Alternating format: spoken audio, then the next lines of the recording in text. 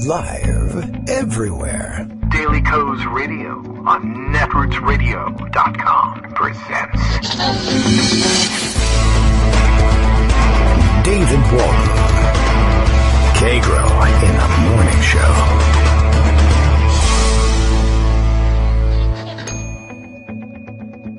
Now, here's David Waldman. Hey, good morning, everybody. How you doing? It is Thursday, March 17th. Happy St. Patrick's Day. The luck of the Irish not with me. Yes, I just realized that as I was getting ready. Justice warning me. Hot mic, by the way, so you get the fun start today, the full experience of being inside the studio, of hearing me say, cough, cough, getting ready. It's a good thing. It's a good thing I wasn't telling everybody what I really thought about them earlier today, or you would have heard that. Crazy day today. Not only St. Patrick's Day, and I blame the Irish for this fully, no doubt about it, but it is also the first day of the March Madness NCAA tournament. That won't make a big deal, won't make a great deal of difference to the political world, but it does not make for an easy start to the day in our household. As you know, I like to, hate to, leave my picks to the very last possible minute, and I didn't do that this year. I actually tried to get them finished last night, but that's because my youngest son decided he wanted to get in on the action, and he wanted to fill out a bracket, but, you know, he has to go to sleep at 9 o'clock or so, and that didn't work out anyway, so went to bed a little late, stayed up late, had to get up in the morning way early and try and finish up his brackets, and then I'm running him to school, and then elder son not interested in filling out a bracket, but also likewise a little bit screwed up today. Schedules were just off. Had to write a note for his absence yesterday due to his dental emergency, which you all know about. And lastly, I think the chief portion of the blame has to fall on the fact that I was given as a gift during the holiday season for Kwanzaa, in case you're wondering, one of those little coffee, milk frother for your, making fancy coffees. I've been seeing this crazy infomercial on the TV for, it was the most amazing, ridiculous thing. One of those coffee machines that'll make all the cappuccinos and macchiatos and lattes. I don't even know what most of those things are. I like the latte thing, but usually I use those machines, I see those in a hotel or something, and they're fantastic, and I love to make a cappuccino or something, but who wants to make that crap in your own house? It's a big pain in the neck. So anyway, as a gift, I got one of those milk frothers, a little pitcher electric thing, put some milk in it, and warms up the milk and whips it up so you can put, the fancy stuff on your coffee, and make your own cappuccinos and I guess all the other junk too. Lattes, etc., that go along with it. So it adds a step to the coffee making, and it invites you to linger over your coffee because it's covered in this beautiful foam. And coffee should be a pain in the ass, a heated rush, and not, I don't know, I'm for gas station coffee when it comes down to it. It's a nice luxury, but not one that you really have at the last minute. So I've got a nice, hot, frothy-looking coffee across the room over there. When Greg gets on the show, it's cooling. I'll make the 5-second dash over there, pick it up, get a place for it over here. It's a tough morning. All right, so let's see. What have we to catch up on? Plenty to do, of course. Yesterday, Merrick Garland appointed to the Supreme Court. We caught that news before we were off the air yesterday. Had the opportunity to talk with Joan with it. A rare pleasure. And I mentioned one of the guys that my brother clerked for. So if he got on, he would have, I think it's a relatively rare thing to have a twofer, to have clerked for two justices. Of course, not at the same time, so it won't matter much. And Arliss Bunny, I know, is going to be discussing that and a bunch of other stuff on the next show. Very curious about interviewing my brother, but my brother, still in the employ of the Department of Justice, not likely to talk about a current Supreme Court nominee. Too bad. I'm sure he'd love to, but don't think he thinks he's free to do so. Here's Greg.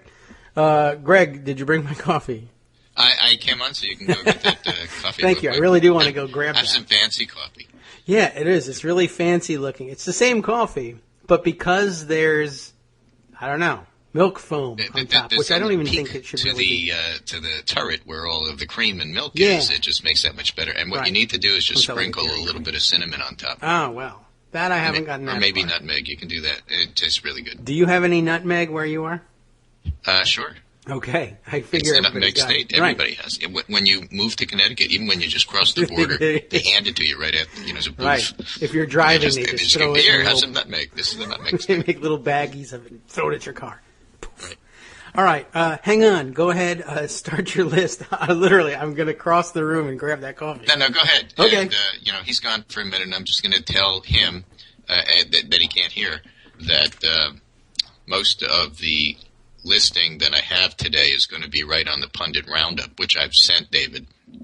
So what you can do is go over to Daily Kos and look at the abbreviated Pundit Roundup this morning. The title is "It's the Supreme Court Stupid," because it is. But there's other stuff to talk about as well. And one of the more fascinating things to talk about today is Ted Cruz trying to make a play for a serious run at Donald Trump. Oh. So how does he do this? He assembles what Bloomberg Eli Lake calls an unlikely team of foreign policy rivals, including noted Islamophobe Frank Gaffney and noted birther Andrew McCarthy. Is he noted? All right. I mean, there's some crazy people here. Michael Ledeen, I think, who is Empty Wheel. Marcy Wheeler knows this much better than I do, but I think Michael Ledeen was the one that made up the Yellow Cake stuff. Oh yeah. I mean, there's an incredible group cast. of what right. in this article. That's why Gaffney. Okay, Gaffney was getting some mention earlier on Twitter, and I was curious as to why. Yeah, who on earth lets Gaffney anywhere near them? Well, the answer is Ted Cruz. Oh well, of course. By the way, did Ted Cruz fill out a bracket? Yeah, he put Trump University in every slot. I was thinking it should be a disqualifying thing if a remaining Republican candidate doesn't pick Holy Cross to win it all. That's Sharia, and they should drop out and be arrested. Well, does Bob Jones University have a basketball team? It has an everything team. I don't know. Yeah, they're not in it. I don't know if they have any sports. They just pray for victories and pray that they are. Pray that they get picked. They forfeit every game, but they pray hard. Well, it's important. Work hard, pray hard. The thing is, it's just you read that and say, who in the right mind would let Hannibal Lecter out of the cage and let him back? As being a foreign policy as a head chef. What are you doing here? What is this all about? This reject your premise. So what I did is I put together a lot of stuff about the Supreme Court because I just think it's really interesting. And, of course, there's many different ways to look at this. The way I look at it is too many more appointments like this and we'll have a minion on the Supreme Court. Yes, that's true. Well, we used to have nearly had our own Catholic diocese for a while. Right, but I think there's 3 other members of the tribe on the Supreme Court already. Yep. Well, and this would make a 4th. That's a lot. And that's far more important than anything anybody's actually talking about. Oh. Because it isn't. But a lot of the stuff that people talk about isn't important either. Well, but I just thought I'd mention that. It is. It's worth mentioning. I mean, it's odd when you think about it. I mean, you can explain it certainly, but there's some weird concentrations going on, and for some of it's conscious and some of it is less conscious. But it's a self-selecting club. Yeah, I think it would be really weird if the Supreme Court were either half Jewish, half Catholic, and no Protestants. Yes, that would be pretty weird. And in fact, we wouldn't. It would just be need weird, and it's. We could just poll Long Island anytime we need a decision. Right. The other way to look at it is, again, I grew up in a very ethnic area. I grew up in Yonkers, New York, after moving there from Brooklyn. And it was basically an Italian-Polish neighborhood with a couple of Jews and one Irish guy. Yeah. right? So, that's where I'm coming from, and that's why in my heart of hearts I feel like I understand Reagan Democrats and Trump voters. But if the Supreme Court were entirely Italians and Jews, yes, it would be just like the neighborhood I grew up in. I know, it would be. That's why I say it's the rough equivalent you can of let one Irish guy out. Just chatting in the deli or coffee shop in Massapequa or something. Pretty much, and so I feel totally at home there. But it's just one of those things. Anyway, far more important is judicial philosophy and quality. And I've got a couple of pieces here. Yes, that stuff. Vox, SCOTUS choice, Merrick Garland. Would Obama make the choice to nominate a man who's considerably older? Another thing that's not talked about much, and therefore we will, and therefore able to serve on the court for a more limited number of years. A couple of possible explanations.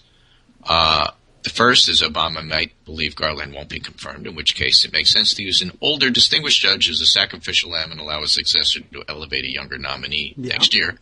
And that's the whole concept there. As Justin Miller writes in the Daily Beast, Obama to GOP, accept my moderate 63-year-old or get Hillary's 40-year-old liberal.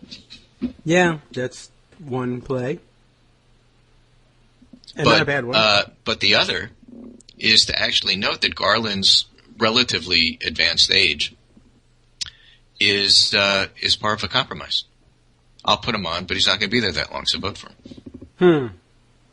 Yeah, or like Ben Carson the other day was saying, Trump he may be good, he may be bad, but he's only 4 years that we're talking about here, maybe 8, Yeah, besides he's paying me.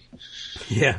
In fact, the deal, I made a great deal. Talk about the art of the deal, right. Says, or thinks Ben Cohen. Ben Cohen. Thinks, he's in? Thinks. Ben Carson. Thinks. Thinks. He thinks to himself, so he Ben Carson, that I made a better deal than Chris Christie. Because I got Trump to offer me more, and I said it in public. Yeah, that's thereby really making it illegal. But that's. Let's just be out there. Let's just be honest about this. Yeah, I would have thought that the art of the deal guy would have just tell everybody, right? NDA for him, but guess not. Nate Cohen writes, the Republican plan to let Clinton choose the next Supreme Court justice with a Democratic Senate is going better than they ever hoped. Yeah. Well, I don't know. Those guys. There's cracks already. Collins says they should hold hearings. Terribly concerned, though. Yeah, she's troubled by this. Deeply troubled, that's it. Yes. Deeply troubled. And she feels like there should be personal meetings and there should be a hearing. Well, that would be normal procedure. That's would. Regular order. And she's terribly troubled that there isn't normal procedure. And of course, for all that we joke about the politics of this, and how many Supreme Court nominees are not going to work on Saturdays, for all the stuff that we joke about that, the fact of the matter is refusing to deal with this is an incredible obstructive precedent that the Senate is doing. But I have to remind some of my outraged friends, and you know this better than anybody, that Mitch McConnell's calculus here is 100% based on what he feels like he needs to do to keep a Senate majority, and 0% based on anything else, including constitutional precedent and what's good for the country. Yeah, screw that stuff. He's right? I mean, you don't disagree with that, do you? No, all politics is local, and his locality is the Senate, and that's that. So you got to look at it from that lens. So, spare the outrage, and let's go on with the analysis about whether that helps or hurts McConnell. The problem is that he's playing with a weak hand, and so the way he's going, he's going to wind up losing anyway. So, he's doing his best. Yeah. His best isn't very good. That's not my problem. That's his problem. Talk to Kentucky if you don't like it, I guess. Garrett Epps. Merrick Garland is a great pick. It's the name thing for a Garrett. Garrett likes Merrick. Yes. Obama's Supreme Court nominee is the least political, most conciliatory choice. Whether that's strategy or naivete, confirmation is still unlikely, and that strategy versus naivete is driving the discussion, such as it is. In fact, Garland would have been the ideal conciliatory nominee in a world in which the Senate leadership had signaled even the slightest openness to compromise. Garland is nobody's raging liberal. He's widely liked and respected. To that end, Republican Senator Orrin Hatch even recently said Obama could easily name Merrick Garland, who's a fine man, before noting that the president probably wouldn't for political reasons, so of course he did. Mm-hmm. Nonetheless, Hatch will dutifully oppose the fine man, despite in 2010 calling Garland a consensus nominee who said there was no question would be confirmed. And then Hatch went on to say, bizarrely, well, we can always confirm him in a lame duck session after the election, which is basically conceding the fact that Trump won't win. Okay. Right? Yeah. Benjamin Wittes, conservative, indication of conservative support outside the Senate. I will not pretend to be unbiased on the subject of Merrick Garland. He is quite simply one of the very finest judges in the United States. There's actually very few people who have a more diverse combination of judicial and executive branch experience in the national security space than does Garland, and this is actually a national security post.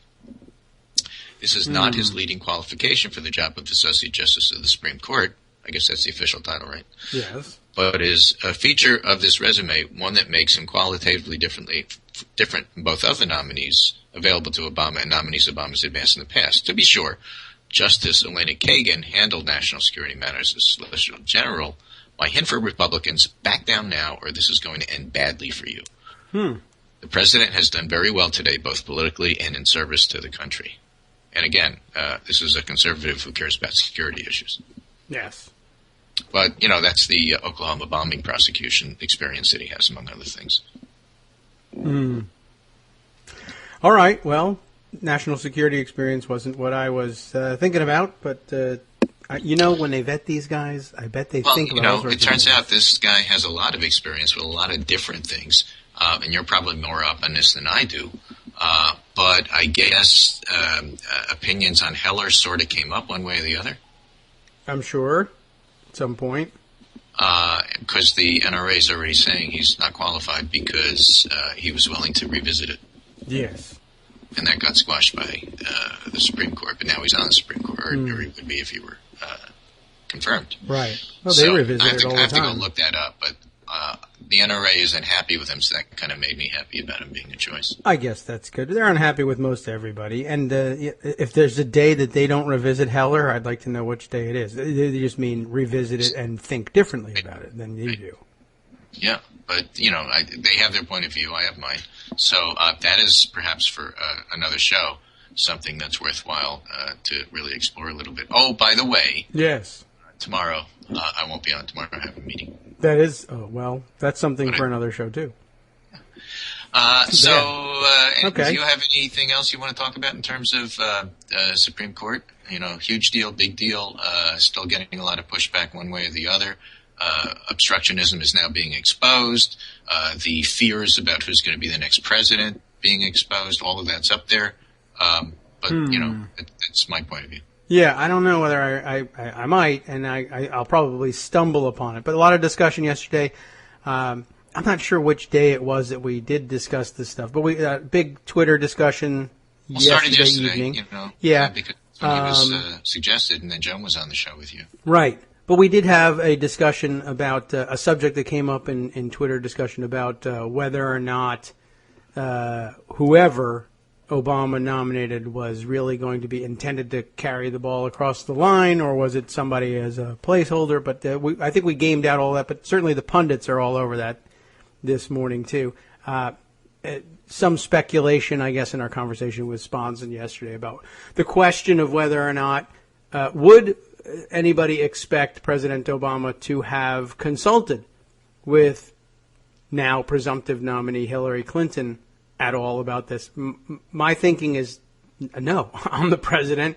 You're one of the leading candidates for the job.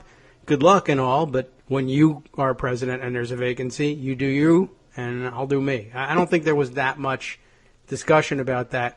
I don't think the two of them are particularly close anyway, but who knows? I guess it's entirely possible, and they're certainly never going to tell you. But that would be, I think, highly unusual for a sitting president with a nomination on his plate to ask anybody but himself and his own people, especially, as we've noted, it is quite far from the election at this point. Right. So I sent you yesterday, I don't know if you had a chance to peek, but I'll send it again today, just did now, a Zoe Tillman piece in the National Law Journal with a quick review on Garland. I'm sure you've seen many of them.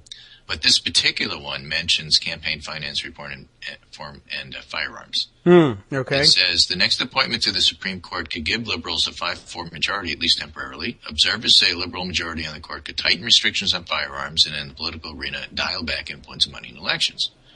Garland wasn't on the 3-judge panel that struck down the District of Columbia's handgun ban in March 2007. He was among the 4 D.C. circuit judges that voted unsuccessfully for the full court to rehear the case. That's where the NRA is attacking him for, because he was willing to rehear it. Yeah. If he was willing to rehear it, maybe he thinks it was decided wrongly. I guess. I mean, which is okay, because it was. Sure. Were there any who supported the ruling, who were on the panel who supported rehearing it? I don't know. Maybe they didn't. That I don't know. The Supreme Court in 2008, an opinion written by Scalia, upheld the D.C. Circuit decision. So look what happened to him. And then Garland wrote the opinion in Wagner v. Federal Election Commission in July 2015 that upheld the ban on campaign contributions by federal contractors. Okay. So he's not awful. I'm just saying. Okay. Well, yeah, we'll have to see how. Well, we don't even know whether we'll get to see how this plays out. But certainly, people will be combing over his record. Republicans will be scrambling for anything they can find to oppose him on substantive grounds, and he's got a considerable record to do that with. It's just there'll be a counterexample to everything that they find.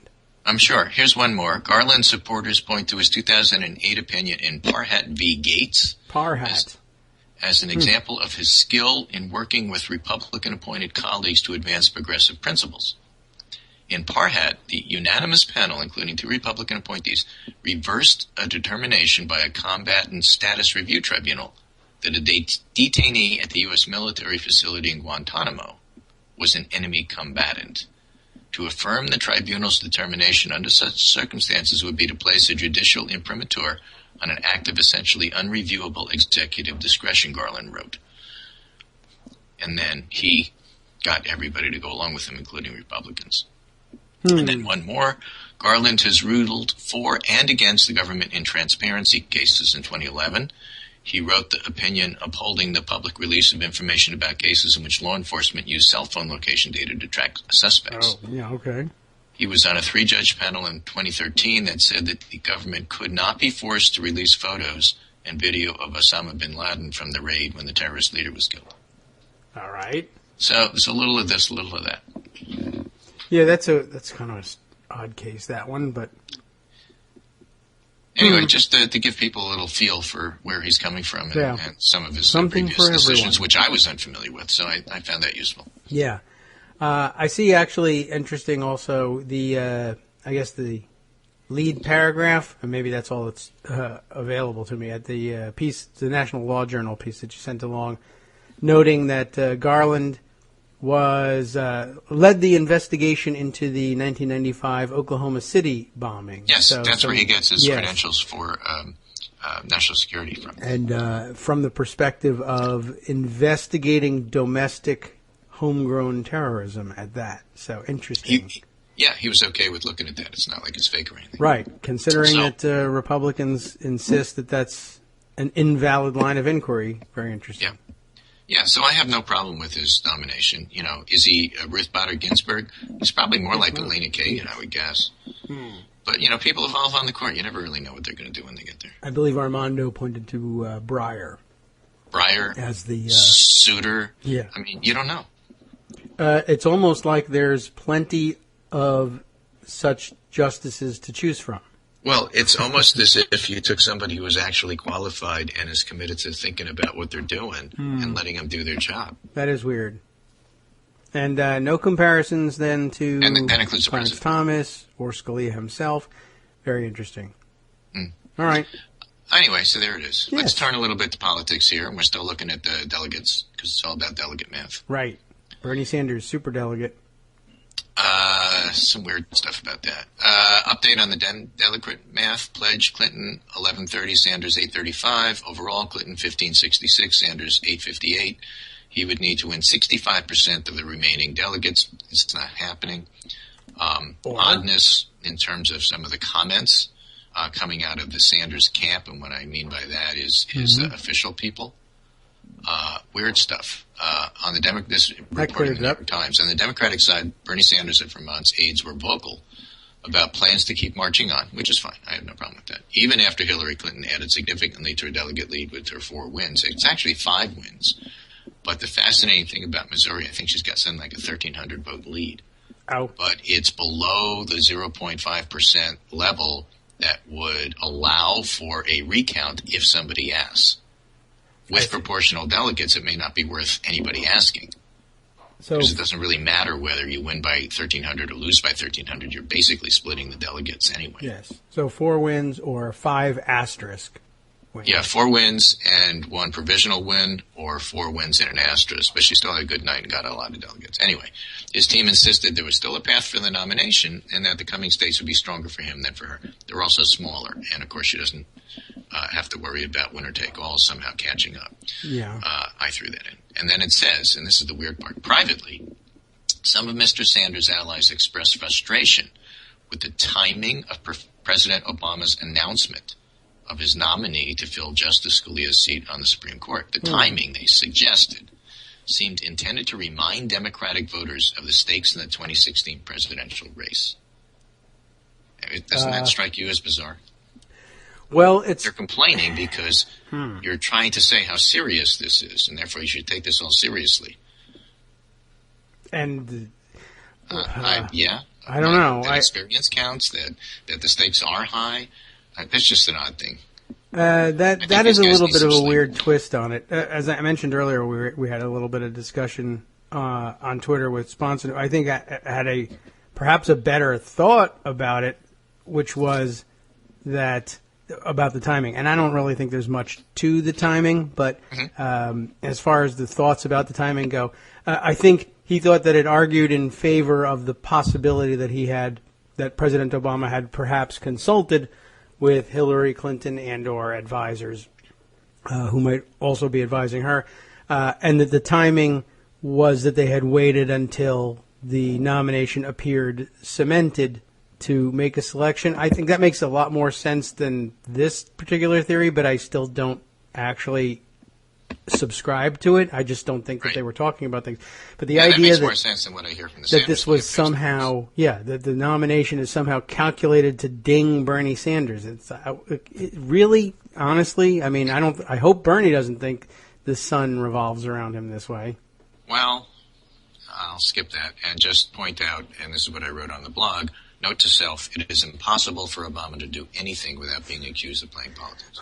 Well, that's true, and that's also right. Somebody will find some reason to accuse him of doing it deliberately. That just seemed like... You deliberately put your tie on. You deliberately went to work today. You did that on purpose. Yeah, I don't know how much time anybody should really spend on trying to figure out what it means for Bernie Sanders that the president nominated someone to a vacancy on the Supreme Court. I get that you want to shake that out. It doesn't mean anything. But, I'm not willing to put too much into So, Jonathan Cohn has an interesting piece here. Again, this link is from the Huffington Post, Citizen Cohn. Remember Jonathan Cohn, he usually does healthcare stuff, but this is interesting. And basically, here's the interesting approach on this is Obama picked a nominee Republicans find tough to oppose, and naturally they decided not to consider him. And I've written elsewhere, and we've talked about this, because everything is about Mitch McConnell and the Senate, and it really is. We kind of know why they're doing that. Mm-hmm. But Jonathan Cohn says the real reason Republicans won't give Obama's Supreme Court nominee a chance, he writes, they want to give Merrick Garland the Bork treatment, but Garland's no Bork. That's that would be a difficult thing to engineer, but anything's possible in a world where there are actual sitting Republican senators who very frequently simply say, "Oh, President Obama is an actual enemy of the state trying to destroy America." Make sure you write that down and put it in the New York Times. I guess they could do anything they want.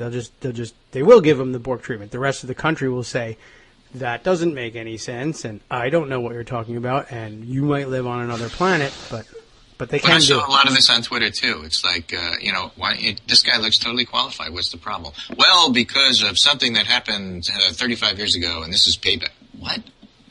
Yeah. What are you talking about? You haven't gotten over that yet? Get over it. I don't know. I say, put a picture, just put the pictures side by side. You know what? Go ahead and judge a book by its cover. Bork was a weirdo.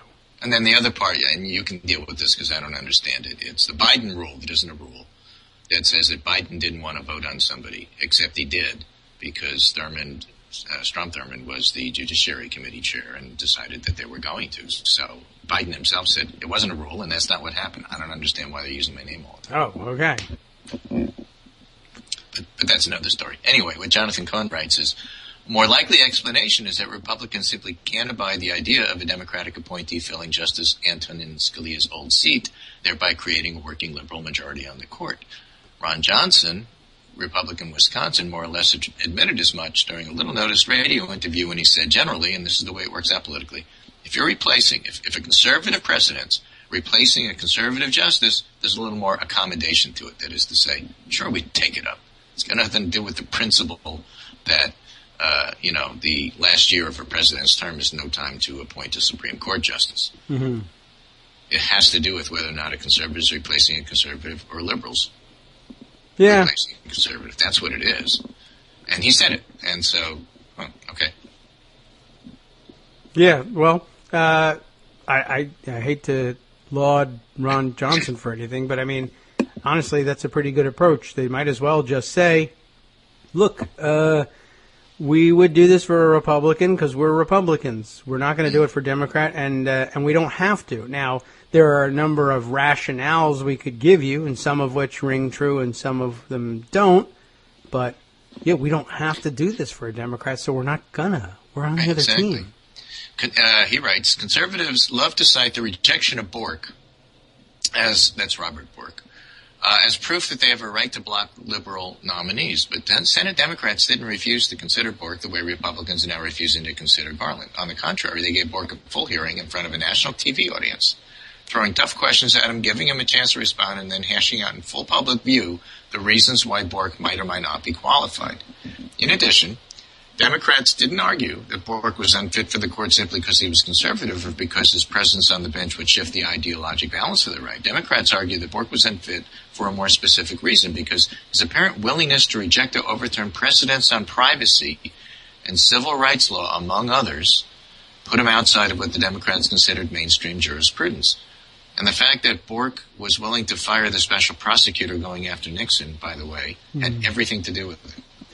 Yes. Talking about politics. And although they would, people don't remember that. It was just that he was treated unfairly. That's the only thing they bring up. I guess that's true. Although, well, Richard Nixon treated the country unfairly. That's true. So, and we did. Who was it? Archibald was going after him as a special prosecutor, and everybody thought that it might come to a smoking gun kind of impeachment situation, and then Nixon ordered that Archibald be fired.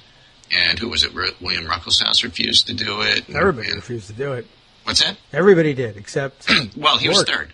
So the first guy refused, and the second guy refused, and then Bork, who was the Solicitor General, became the, I guess, acting Attorney General, and then he fired him. Mm-hmm. And liberals hated Bork from that point onward, and that's politics. But it was a pretty good political reason to hate Bork. Yes. Well, I think so. Although I was going to point out that's no different from saying, well, something that happened 35 years ago. It wasn't quite 35, of course, at the time, but that was quite a something, I must say. It was a big deal. And so that all had to do with whether or not Bork was qualified to be a Supreme Court justice. Anyway, they had no such problem with Anthony Kennedy, that Judge Reagan appointed in Bork's place, even though Kennedy had a solidly conservative record, and notwithstanding his rulings on abortion rights and same-sex marriage, had been a reliably conservative vote on most issues. Now, conservatives could try to argue that Obama's nominee is another Bork, and similarly outside what now qualifies as mainstream legal thought, but the selection of Garland makes that argument spectacularly difficult to back up. That has never worried them terribly, but in the real world, it makes a difference. Right. I don't know Many liberals are actually disappointed because Garland has a record of moderate deferential rulings, and a few are downright frustrated that Obama didn't pick a nominee with stronger, more explicitly progressive views. Example, Democracy for Action, deeply disappointed. Meanwhile, Orrin Hatch praised Garland as a consensus nominee. If Republicans agreed to hearings, they'd have to make peace with losing the court or make the difficult case that a relatively moderate liberal with a voting record similar to Stephen Breyer is outside the mainstream and unfit to serve. They'd rather avoid either option in the hopes that a Republican becomes president in 2017 and can keep the seat in conservative hands. Question is now whether or not they get away with it. So I like that one. Yeah, well, that is interesting. They don't have to play by our rules, I guess. So we'll see how this thing plays out. And they could just go to a vote with no hearing at some point too. I want to hold that out as a possibility that they can just say, yeah, all right, well, the politics of it isn't really working out for us, so let's just, it's like tearing off the Band-Aid. You know what? Let's vote. I just vote no. Right. And exactly. That's that. So this is but I'm doing it. My last piece here, which is entirely political and about Donald Trump. Who? Is from a fellow named Jake Novak. Who? I'm just going to say Jake Novak is on CNBC. He's the supervising producer of Power Lunch, former supervising producer of the Kudlow Report. Where? Prior to joining CNBC, Novak co-created and oversaw Varney and Company for Fox Business Network. He also spent 7 years at CNN producing financial news programs, including the successful In the Money show with anchor Jack Cafferty. Just to give you an idea. Cafferty. All right. So Minus he's Cafferty, basically blank. Okay, but all right, we get where he's coming from. We just don't know why he was there. All right? He's at CNBC now. He does money. CNBC. All right. Okay? What does he Title say? is, this is the end of the line for Trump. All right. Donald Trump is getting closer to clinching the GOP presidential primary nomination after big wins in Florida, North Carolina, and Illinois on Tuesday, even though he lost in Ohio. But that's where the good news from Mr. Trump ends. He's about to find out that what worked for him in the early stages of his campaign and through the primary won't carry over to a general election contest, especially true with Hillary Clinton being the likely Democratic presidential nominee. There are 3 key reasons for the Trump campaign's impending November doom. It's a good number of keys. All right. Well, it could be 7 keys, 13 keys, right. 17 keys. 3 is easy. 1 key, but 3 is good. 3 is a good number. Monkeys. It's a nice magic number. Yeah, all right. You know? It's a prime number. It's not divisible by 2. It's a good number. Primaries are like congressional midterms. They draw a much smaller number of voters with a much more defined agenda. We talked about that on the show. How in Michigan, the primary voters in the Democratic side are like a quarter, a fifth of what the general election numbers would be for a Democrat. So he's exactly right there. Primaries are like congressional midterms. They draw a much smaller number of voters. Name recognition, the kind that Trump has enjoyed for years, is more crucial. The primary and midterm voters are also usually angrier than the average presidential general election voter, and that has worked in Trump's favor since June. All right. It's impressive and unprecedented that Trump has been filling large stadiums and arenas during the primary stage, but in general elections, stadium-sized crowds are standard. Yes. So while those Trump primary voters are sure to come out in November for the general election, they're going to have a lot of company that's likely to drown out the bigger portion of their voice. By definition, general elections are tipped more in favor of the moderate candidate, he says. Yes. Trump can't track to the middle. Okay. Can you even keep a straight face when considering whether Trump could choose somebody like Jeb Bush as his running mate? I didn't think so. Well, for what reason? Trump has painted himself into such a corner that trying to attract more mainstream voters by choosing an establishment running mate or significantly softening his tone seems impossible. I mean, given the number of delegates they have, you could see a Trump Cruz. True. Right? If you want to play not a that Trump game. Bush, not a Trump Rubio. No. Though Can't see it. Yeah, I could see Rubio accepting, Trump though. Kasich, that would be not. a tough one. I don't think that Kasich could do that. Kasich is too prickly for anything like that. Okay. From Christie, yeah, but who cares? To be clear, there's nothing to physically stop Trump from doing these things, but moderating his image, message, or campaign team would surely alienate his key base of voters who not only want change, but don't want to truck with any insider figures. Trump is more likely to choose somebody like Carson or another non-Washington insider running mate, and that means Trump would have to use his VP pick to play defense with his own base, as opposed to going out on offense to grab moderate voters. Meanwhile, Hillary Clinton's major campaign message already seems to be shifting to portray itself as the sane alternative to Trump, and the Trump rhetoric that gives so many voters pause. All of that's true. Okay. I mean, I know he's conservative. I know he's on CNBC, but he hasn't said anything so far I can argue with. So, number 3. This is going to get uglier. This is the third key. I believe the nasty, violent, and clearly coordinated protests disrupting Trump rallies this weekend are actually helping his primary chances for now. At this stage, they make Trump look like the victim of decidedly liberal and non-Republican groups. We talked about that on the show. Yes. When we read that New York Times op-ed from Jeff Behar, the decision desk guy. Mm-hmm. Fights at rallies help Trump. That's if that's probably what true. you want to do, have a fight at a rally.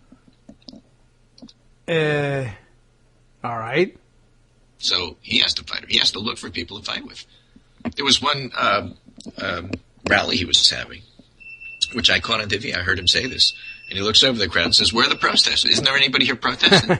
Yes, he's looking around. There's Did you nobody see starting that? a I mean, fight. he actually said that. Yeah. Somebody say something objectionable. So I can punch you. Yeah. And then everybody can cheer me. At this stage, they make Trump look like the victim of decided liberal and non-Republican groups. But if there's similar, remember, Bernie is infiltrating my rallies, he said. Right. But if there's similar chaos at the Republican convention and at Trump rallies in the general election, the perception will go from sympathy to fear, scorn, and a legitimate worry that a Trump who can't keep the peace at his campaign rally surely won't be able to keep America safe. Remember, he's looking at it from a conservative point of view. That's what we saw most famously for the Democrats in '68 when their violent Chicago convention significantly weakened nominee Humphrey from the get-go. What a lot of people forget is that it didn't stop in Chicago as summer turned to fall and hecklers relentlessly kept dogging Humphrey's campaign appearances. That combination left them way behind in the polls. Humphrey and Muskie finally turned the chaotic tide late in the game when they started letting some hecklers come on stage and speak briefly in the microphone, making them look like elder statesmen by comparison. But too late. The surge in the polls Humphrey enjoyed in October wasn't enough to carry him over the finish line ahead of Nixon, who won the popular vote by a hair. I bring up the 1968 example, he says, not only because that election was nasty, but because it was a decidedly violent and divisive year in American history. It was also a year of unprecedented American casualties in the Vietnam War. 2016 is thankfully not as violent a year, but the campaign rhetoric is probably nastier, and the electorate is just as angry and divided, maybe more so. So again, from a conservative perspective, that's his point. I always laugh at, quote, experts, end quote, who routinely use ill-advised words like unprecedented when describing negative politics in modern elections, because nothing can really beat the nastiness of 1800 or 1828, where sitting presidents were accused in the established newspapers, no less, of everything from being hermaphrodites to pimps. Well, that's good. You were right remember, about that, though. My wife and I did a little museum tour up in Massachusetts when we were on vacation one year. Yes. And the museum had a display of anti-Abraham Lincoln ads from newspapers, which were so painful to look at. They were just so bad. You mean poorly produced? No, I mean just nasty, racist. I mean, you name it. It was just really painful to look at. Yes. Nothing compared to what's going on now. So unprecedented? Well, only if you can only remember to like 1992, I suppose. But physical violence at its suited Trump rallies really does look like it's going down an unprecedented path. I'm not sure the Trump campaign, he says, or the Secret Service can keep the peace at these events going forward. And that's the final major advantage for Hillary Clinton, who's made choreographed political events her bread and butter for decades. And thanks to Trump's extremely high negative polling, these choreographed Clinton rallies will have every incentive to be centered around the leitmotif of Trump as evil incarnate. It'll be a nasty race, and when things get nasty, voters go with someone they don't personally like but see as the only reasonable option. That's how Nixon won, to use one last example from that very similar and instructive year. Trump's unexpected and meteoric rise to the GOP nomination is about to be secured after Tuesday's primaries, but this is as far as he goes. General elections, even in crazy years like 68 and 2016, are a different kind of deal than even the Donald can't close. That's his point. That's the end of his article. An interesting point of view. Yes. And, you can step back and say, is that why? Is Donald Trump, yes, it is why. His chaos, why Bernie couldn't pull off incredibly close races in Missouri and Illinois, which, by the way, the Illinois race is like the closest in their history. Ah. I mean, she's got like a 1% lead in Illinois, which is certified one, and that 0.3%, 0.2% lead in Missouri, which is presumptive but not certified. Did people in the end not pull the trigger pull the lever, not vote for Bernie because they're getting nervous about Trump and they figure Hillary's a little bit more of a stability factor. Is that possible? Sure. Yeah, it's been suggested. Sure. You never know. I'm sure among the millions, yes, someone did. Yeah, but that fits in with his overall picture. Yeah.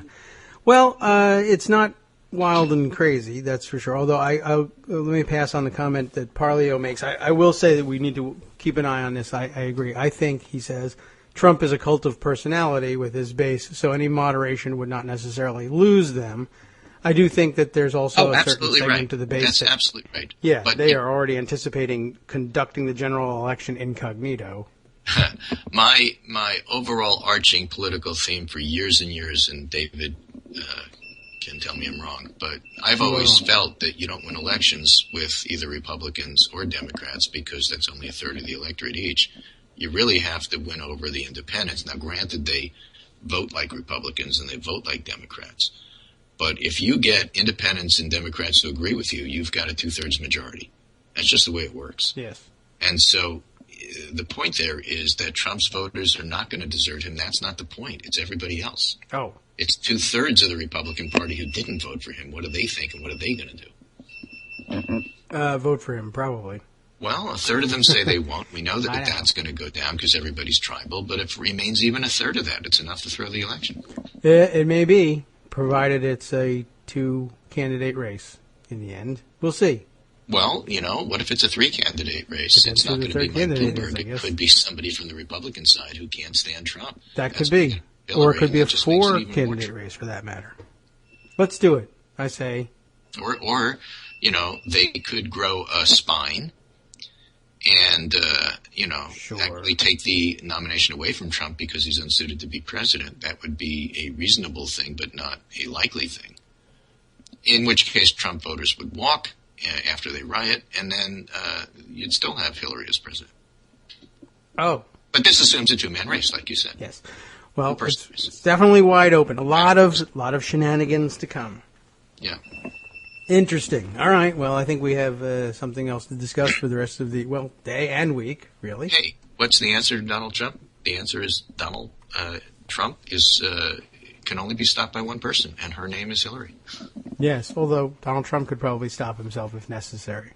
I wouldn't count on him to do it. That would be a deal.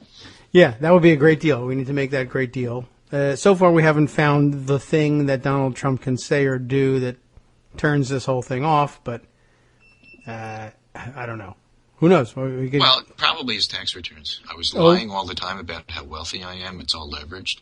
And so that's why I'm not releasing my tax returns. If he was lying about how wealthy he is and then the money spigot turned off, that wouldn't help either. No, because it would destroy his whole, what do they call it? The wealth gospel? Prosperity gospel. Yeah, he hasn't relied on that. Because that's what he's running on. Yeah, ultimately, although he has not been overt about it. But there's still time. So the prosperity gospel people often fail when it turns out people can show that they're stealing from their flock. Why would Trump be any different than any of them? This guy is still lonesome roads, and somebody's going to leave the microphone on. Yes, that's true. And then he'll beat them up, or have him beaten up. We'll see. Right. But it's still anyway, that's my picture for today. Take of it what you will. Hopefully that'll be enough for you to talk about for an hour. And if you don't like it, you'll just talk about something else. That is true. This is David Waldman, Kagro in the morning. I do think it's interesting to, and maybe there's more people have written about Garland, Judge Garland's views on Heller and Second Amendment stuff, which might be of interest. But in any case, whichever direction you go, and none of us know what David will say next.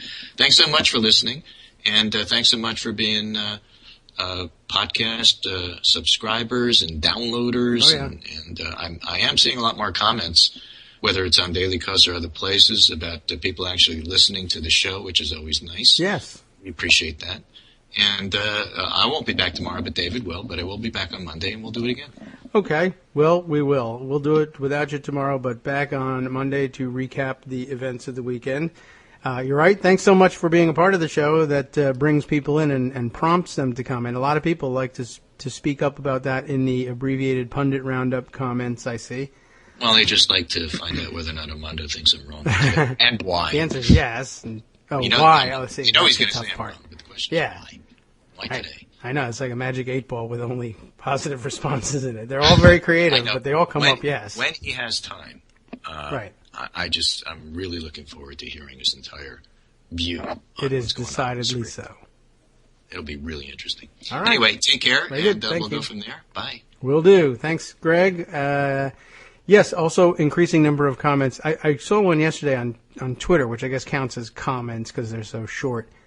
And I'm sort of scratching my head, but not too much. I mean, I just think people think odd things. They come to odd conclusions. But I did notice somebody characterizing me yesterday on Twitter as having been a particularly outspoken and strident Hillary Clinton supporter. So I was wondering where that might have come from. I'm curious whether, I guess we should turn to the Bernie Sanders supporters in that and ask, did anybody think that was the case? Did anybody think that I had been a vocal and outspoken and quite transparent Hillary Clinton booster to the extent that I would be smearing Bernie Sanders along the way?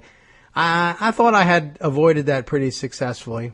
I mean, it certainly is true that, okay, well, when it came time to vote, I cast my vote for her, but I wasn't even particularly all that happy about that, which, of course, leaves the door open to all sorts of avenues of persuasion. Well, why should you have to regret your vote? And there's still time to change your mind and all of this sort of thing. Won't matter much in terms of the delegate count, which, of course, determines everything because we're a rules-based group. But anyway, I just thought maybe that guy wasn't listening to the show, or else maybe I just had the wrong impression about what I had done all this time. But I thought I had gone pretty far out of my way to be sure to give Bernie Sanders a fair shake, at least in terms of what we discussed about him. But yeah, it was always an uphill road, I guess, for him. And what can you do? Yeah. And I guess that's basically it. Greg comments in the background. You either feel the burn or you don't, and I guess I really didn't. You know what? I felt like I wanted to, but I didn't like the catchphrase very much, but that's neither here nor there. And I've worked for him in the past. I put him where I wanted him in the Senate. And believe me, I've given consideration over the years. Well, wouldn't it be really amazing if Bernie Sanders did run for president? And then he did, and then I thought, I don't know how amazing this is. It's great I love the message, and I enjoy seeing the objections even to Hillary Clinton that are substantive laid out. I mean, it's not great strategy for Democrats in terms of, well, you know, we'll definitely win if we expose all the various weaknesses. I think there's an argument to be made that it's not all counterproductive. But what are you going to do? These things happened, and you got to discuss them, and you can't tell people not to bring them up. Of course, you can tell them, I would like you to bring them up in an adult manner and in a way that doesn't leave the ticket tainted if you simply are unable to prevail upon the majority of Democrats and bring them to agree with you. But the points can be made nonetheless, and I don't know. People who are all about winner-take-all politics sometimes get carried away. But you know what? A lot of politics is winner-take-all, and it would be difficult to convince me that politics ought to be played any other way, except for in the special case of intra-party politics, where if you have an interest in seeing one party come out ahead, it's going to compromise your principles from time to time. Those things will happen. Okay. Off mic noise in the background, reminding me of a number of things, including, by the way, because I started out the show noting that it was St. Patrick's Day. Also have to note, because I know this to be the case, except I got caught up in the bracket controversies instead. Another brotherly birthday today. I remember that I like to drop a note like that every once in a while. One of my younger brothers actually has a birthday coinciding with St. Patrick's Day. That is, I imagine, was great fun growing up in the heavier drinking days. And these days, it just gets in the way of getting to work on time, I'm sure. Anyway, happy birthday, and we'll talk later. And, I think that about sums it up. I'm trying to find a nice segue back to politics, but, I got to tell you this. He's probably not listening right now, and that's okay. Happy birthday to you. I'll make sure I give you those wishes later on and in person. All right, so what kinds of wacky stuff have I put away in pocket? There's so many directions that we can go in here, and any number of them would be rather fascinating. I guess let's make this Trump note before we go any further afield. BuzzFeed is the outlet that I saw reporting this first, though not certain whether they picked it up first or, were first to market with it or not. But having to do with Donald Trump and the protester punched in North Carolina, and you'll recall, of course, even more famous than that was the fact that the person who punched the protester initially essentially got away with it, and that he had punched this protester in the face in the full view of sheriff's deputies who were charged with the job of escorting this protester out. And I think he caught them unawares, and they were just sort of unprepared for what to do, which is amazing because they're cops, and I think they kind of know what to do when they see an assault like that. But they didn't do anything, and everyone was equally outraged that they had done nothing. And not only did they do nothing to the guy who threw the punch, then when they got to the top of the stairs after having escorted this protester out of the crowd, they then tossed him to the ground and jumped on him and handcuffed him and arrested him. And that resulted in lots of headlines about guy is arrested for having been punched in the face. And it was, it's difficult to rebut. Anyway, good news brought to us by Fuzzbead, which is a much better name than BuzzFeed, really. 5 sheriff's deputies from this particular county in North Carolina. 5 sheriff's deputies suspended following violent Trump rally. A protester was punched last week while being escorted out of a rally in North Carolina. The county sheriff suspended 5 deputies for, quote, failure to discharge their duties, unquote. And I'll agree with that quote. 5 sheriff's deputies in North Carolina disciplined in connection with an assault that took place at the rally last week. Cumberland County is the county in question. The deputies were, in addition, 3 of them, 3 of the 5 demoted in rank and suspended for 5 days without pay for unsatisfactory performance and failing to discharge their duties. That, according to Sheriff Earl Moose Butler. That's the statement from Moose Butler. And you know what? To be honest, if you had told me at the beginning of the day, oh, you know what? Sheriff Earl Moose Butler of Cumberland County, North Carolina, has a statement about the goings-on at the Trump rally there and the sheriff's deputies who were involved in escorting the protester out and witnessed the other guy punch him in the face. I would have said, Cumberland County, North Carolina, Moose Butler, Earl Moose Butler. I bet, well, I wouldn't have bet that this was the comment, that's for sure. So they ended up, as we know, last week they arrested this guy, John McGraw, as the assault suspect. And he was charged, and that was interesting enough. And then, of course, he spoke to Inside Edition somehow and said, made death threats against the protester, whose name is Rakeem Jones. But this is a more welcome development, I think. All 5 deputies reprimanded, placed on probationary status for the next 12 months, the sheriff said. That's not really a slap on the wrist. Of course, you might hope, I don't know. I'm not sure what you might hope for, but you might hope that they be fired. But I guess this is the next best thing. This is not a small matter, nor is it a small reaction. So 12 months on probationary status, which I guess is the last stop before just firing you. But they have a pretty strong union to deal with. And then demoted in rank.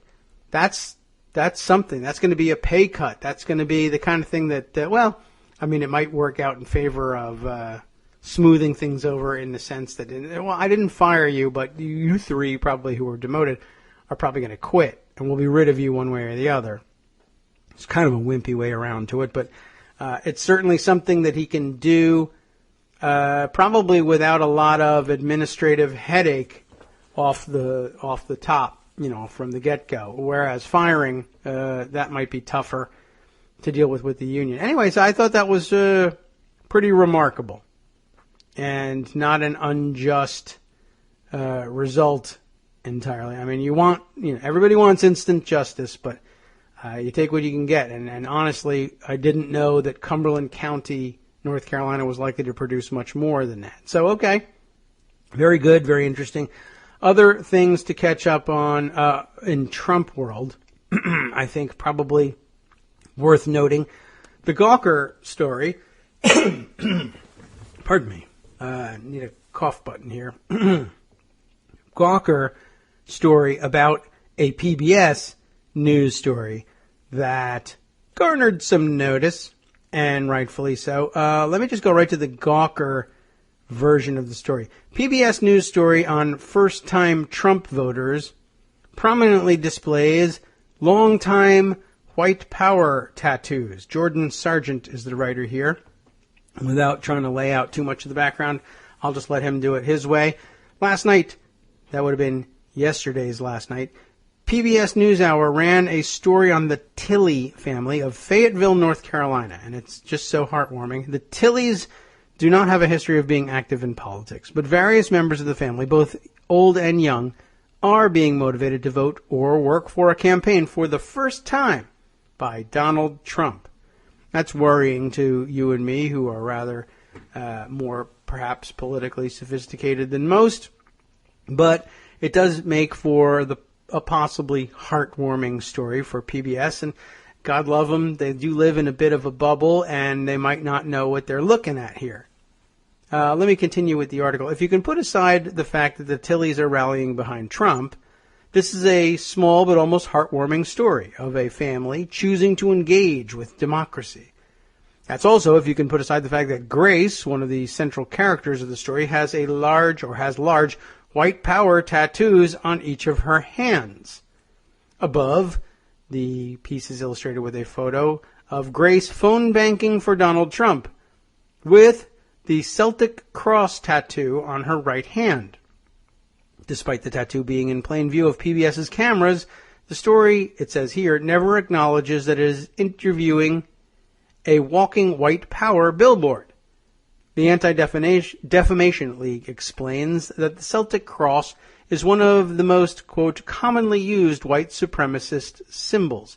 Mark Pitcavage, senior research fellow with the ADL, tells me, that would be Jordan Sargent, tells you what, the Celtic cross is an ancient and revered Christian symbol, typically not associated with extremism at all.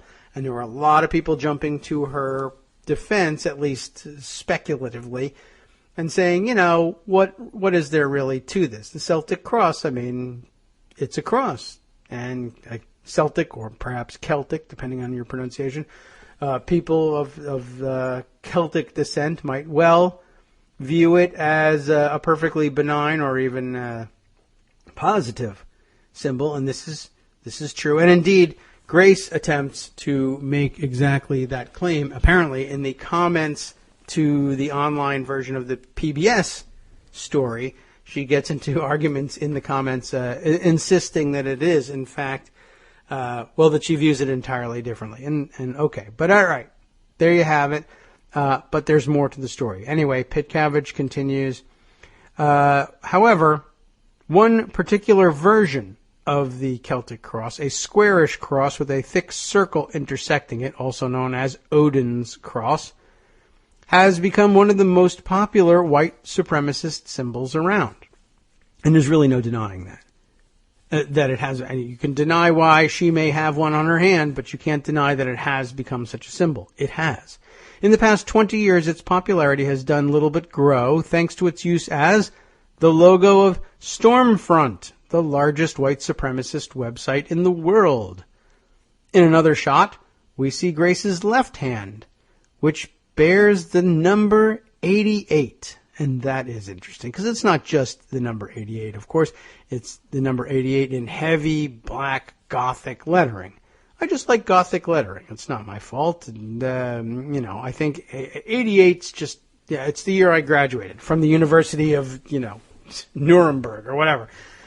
Per the ADL's website, though, 88, and you know this from a number of other stories, 88 is a white supremacist numerical code for Hail Hitler.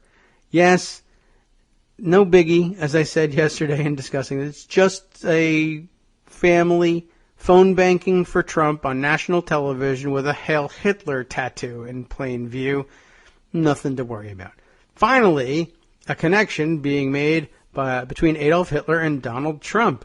Yes, Pitcavage, who noted that the ADL does not support or oppose any candidate for elective office, provided me with an example of these symbols in the wild. And here there's a cute and attractive photo of two cute and attractive Nazi white supremacist throw pillows for your living room or your Nazi man cave, depending on what you might want to use it for. They're rather ugly, but black throw pillows with presumably iron-on transfers. Here's the Celtic cross, this time surrounded by the words White Pride Worldwide. And in the 88 itself, also again, oddly in the Gothic lettering, or Gothic-style lettering, with what looked to be laurel leaves around it.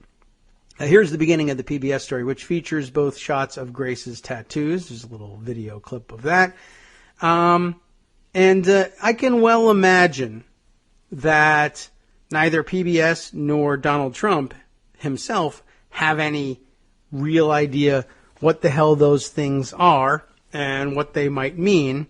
I don't know how worldly Donald Trump is. I imagine, I got to tell you, that's a little down market for Donald Trump.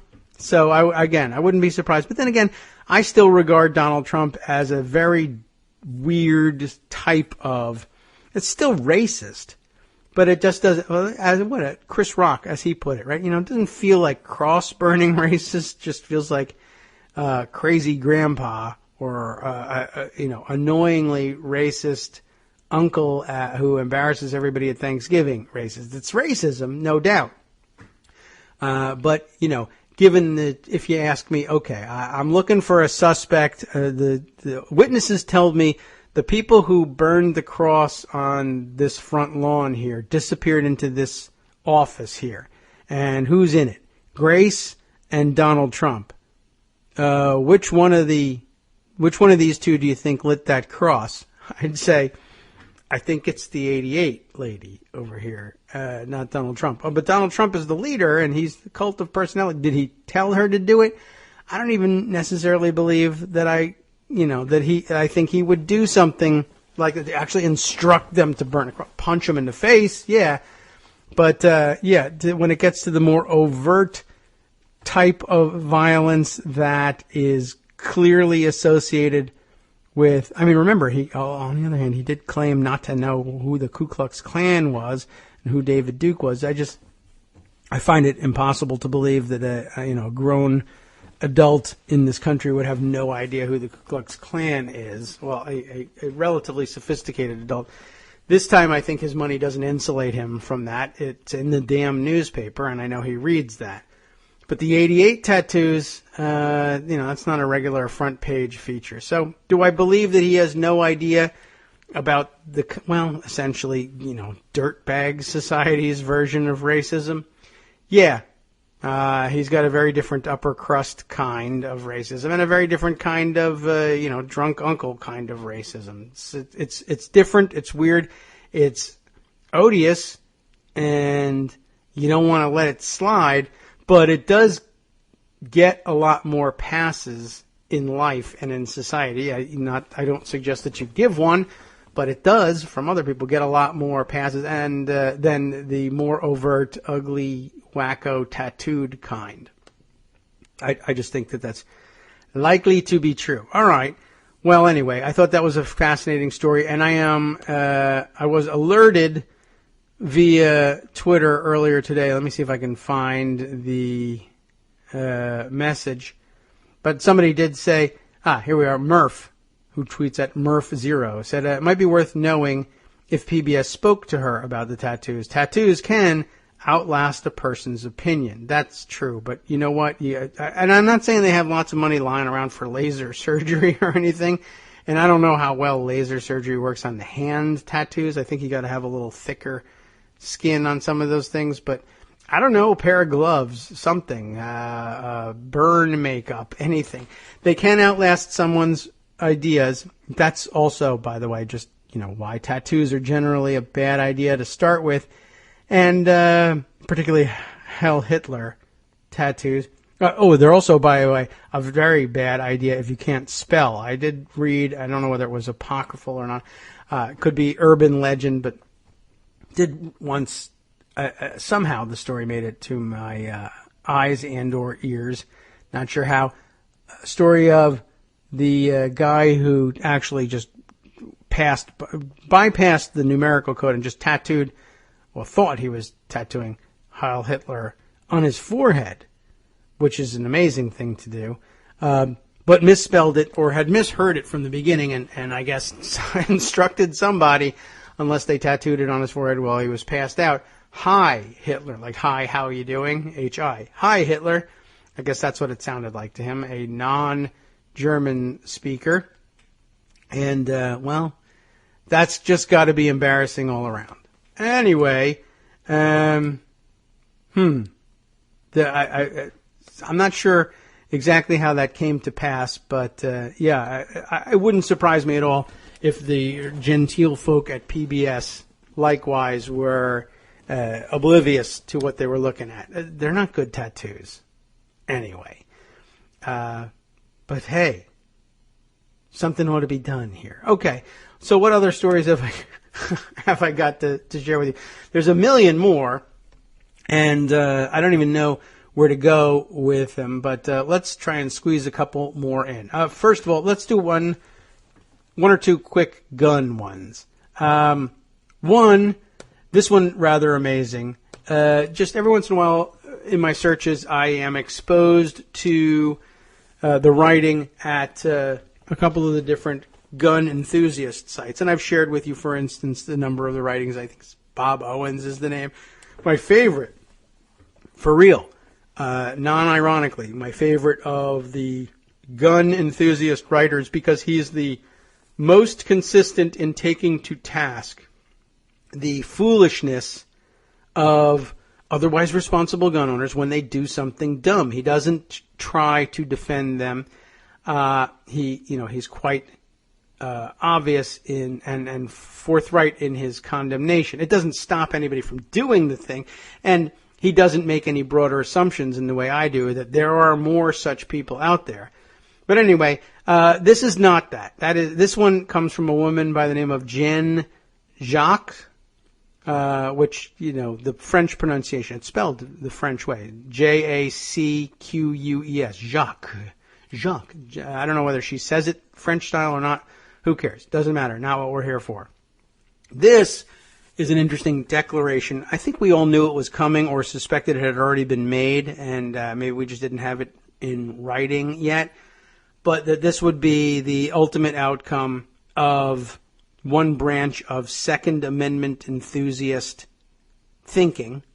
The new position, if you're with Jen Jacques, and I suggest that there are many gun owners who are not there yet, is that the Second Amendment is so special and perfect that it trumps everything. There, of course, we know that they have said that it is the root of all other rights, and that, though I would disagree with the assessment, is an understandable mistake to make. It's a very theoretical thing to raise the discourse to the level where you say, well, then, you see, if all rights depend on the right to bear arms for their enforcement, then they're not, philosophically speaking, rights at all. They're just one or another of the forms of plunder that, if you can only have the right to free speech because everyone knows that you're perfectly serious about killing them unless they allow you to speak, then you don't really have the right to free speech. You're just plundering that from people at the point of a gun. The rights are supposed to exist without the necessity of your carrying arms to enforce them. And, that's a nicety, perhaps, but at least you're supposed to keep the guns in the background. There's supposed to be, perhaps, an implied threat that comes out under the most dire circumstances when there are no other alternatives and all your other rights have, in fact, been repeatedly trampled and violated to the point that they're worthless claims at this point unless you go to the gun. It shouldn't be, well, I have a gun on my hip, so shut up. That's not actually a description of civil rights. Anyway, we've gotten beyond that. The title pretty much says it all. You might wonder what's Jen going to write about? That's her special expertise. She's a mom, one of the gun-toting moms out there, many millions of them, as it turns out. But here's a rather strident position. Yes, I can bring my concealed carry weapon with me on a play date. Well, now that sounds like, well, could that be, well, here's a way, like maybe you want to get one of those bra holsters? You don't. It's a terrible idea, by the way. Or, here are some ways that sometimes I see a lot of gun stories written by women where they say fashion dictates kind of get in the way of my comfortably wearing my concealed carry weapon. It's not about that. It is exactly what you feared it might be about, which is essentially that no, it's not a yes, I can bring my concealed weapon. It's more, no, you as a private property owner have literally no right to tell me I cannot bring my guns into your house. And that strikes me as weird, and it probably strikes you as weird too, because there are a number of strong Second Amendment proponents, gun enthusiasts since day one, who will tell you, okay, but, when it comes to private property, I have my disputes about public property, and we've been working on that legislatively, and I have my disputes about certain kinds of private property, and maybe it even extends to private properties that are private in name, but are largely subsidized by public funds, etc. But now they finally evolved to the point where they say, privately owned homes also have no right to exclude guns if I feel like bringing one in there. And that seems weird. Let's see how we get to that. It starts out, Jen is rebutting the op-ed piece in the Washington Post, in the parenting section, by a woman by the name of Allison Barrett Carter. I have not read the piece, but we won't need to in order to understand Jen's unique approach to critiquing it. Allison Barrett Carter, she says, bless her heart, wrote an article under the parenting section of the Washington Post titled, "No, you can't carry concealed weapons into our child-proofed, gun-free home. She may be my new BFF. Totes. She's seriously the greatest." That's her trying to be very hip. Yes, I'm a gun enthusiast, but I'm down with the young kids. I use all their cool lingo. And let me tell you why, she says. Phrases like, let me be clear, and that just drives me crazy because somebody, a black guy probably, says that a lot, and I don't know why. Let me be clear is apparently hugely grating to him. But also, she makes a better but bitter point here. Phrases like, let me be clear, the anomaly and all this, collectively decides, discussed as a community, and collectively addressed, scream, I am a liberal. I've heard all I need to from my hero Shannon Watts, Mom's Demand, and we know better than you, you unenlightened gun-toting heathen. I understand collectively, community, collectively addressed, that sounds socialist to you because collective. But one, that would really have not much to do with socialism, more to do, I think, with communism, and no one's talking about that here. But also, let me be clear, what ideological bent does that have? I know what it has. President Obama says it. He's black, but you're not racist, so whatever. So then she again points out, she began this article with, quote, let me be clear. Carter starts off by informing us how she and her crunchy husband decided early on that they didn't want guns around their children, saying, since I am supposed to do everything in my power to keep life-threatening risks to my kids down, I figured keeping guns away from them was a good start. Okay. I mean, it's clear that gun enthusiasts are going to disagree with that decision, but I really don't know. Usually even when they're strident about it, people still say, you're wrong, but you have that right. Not so for Jen. Jen not willing to go there. First, of course, she attacks it on logical grounds, or what she thinks are logical grounds. Brilliant. So what happens if someone comes into your home with a weapon, or their sheer brute, I think she meant sheer brute force, and threatens your kid's life? Then you would be in trouble. But what happens, of course, no one ever asks, what happens if no one ever does that? I don't know. The point is, what happens if someone does? No, the point is, someone might not. And that's another consideration. But you never want to give that any time. She says, I'm a mother and I do everything in my power to keep life-threatening risks to my kids down. Therefore, I carry a gun for their protection. So, of course, the Jamie guilt. We know what happened to her. But she's going to live. Next, Allison Barrett Carter's imagination plays Russian roulette when she ponders, what are the odds that one day a new friend of ours is going to come for a playdate with a gun, legally, hidden in their diaper bag? I don't know. That's playing Russian roulette with her imagination, I guess, because people do that. But watch this. Here's what Jen says. No. Gun owners do not carelessly toss loaded weapons into their children's diaper bags and leave them for anyone to rifle through. Editor's note, except for when they do. But other than that, they definitely don't. Of course, the mom who was shot to death by her 2-year-old in Walmart definitely didn't. Now, that's different. It wasn't a diaper bag. You see, blah, blah, blah. I said diaper bag. Do you want me to pull the lists of people with guns in their purses? Or do you want me to simply pull the list of people who actually did put guns in actual honest-to-God diaper bags? 'Cause I've got that one, too. They sent it to the daycare, no less. And they found it there. How did they find it? Kid pulled it out of the diaper bag. What? Whoa. But gun owners don't carelessly toss loaded weapons into their children's diaper bags. Forget the fact that you actually have links to real newspaper stories where real guns were actually tossed into children's diaper bags and left for anyone to rifle through. But Jen hasn't read that story, so it doesn't exist. La la la la la, I can't hear you. But I don't even have to get there. Everybody knows already the story of the woman shot to death in the Walmart at the end of, not last year, but the year before. Famous story already. I mean, please. And that was supposedly a concealed carry, specifically a concealed carry purse.